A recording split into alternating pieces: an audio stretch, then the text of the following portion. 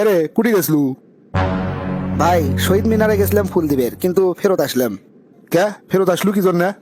রাস্তায় ভাষা শহীদ সালাম, বরকত, রফিক, জব্বার, শফিউর ভাই একের সাথে দেখা হলো। তারপর তারপর কি হলো? তা রফিক ভাই জিজ্ঞেস করলো কই যাও? তা আমি বললাম ভাই শহীদ মিনারে যাচ্ছি ফুল দিবের। তারপরে সালাম ভাই করছে ফুল দিয়ে কি হবি? আমি করছি না মানে আপনাকে স্মরণ করার জন্যই তো, যাতে আপনাকে আত্মা শান্তি পায়।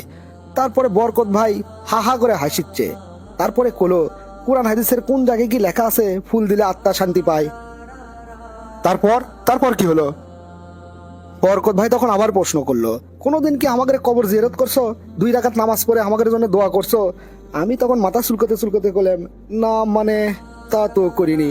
রফিক ভাই তখন করছে আচ্ছা প্রতি বছর তোমরা কত টাকার ফুল দিয়ে এভাবে আমাদের শ্রদ্ধা জানাও? আমি কলাম তা তো কোটি টাকার উপরে হবি সারা দেশ মিলে।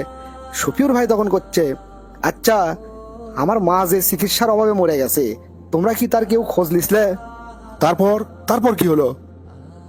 সালাম ভাই প্রশ্ন করলো আমার আত্মীয় স্বজনেরা যে রিক্সা চালে দিন মজুরি করে জীবিকা নির্বাহ করে, তাদের কি কোনো খোঁজ খবর রাখছো তোমরা?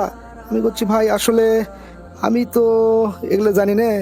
আচ্ছা জীবন তো দিয়েছেন আপনারা, আপনাদের আত্মীয় স্বজন তো আর দেয়নি, তাদের খোঁজ খবর আমরা কৃষক লিমো?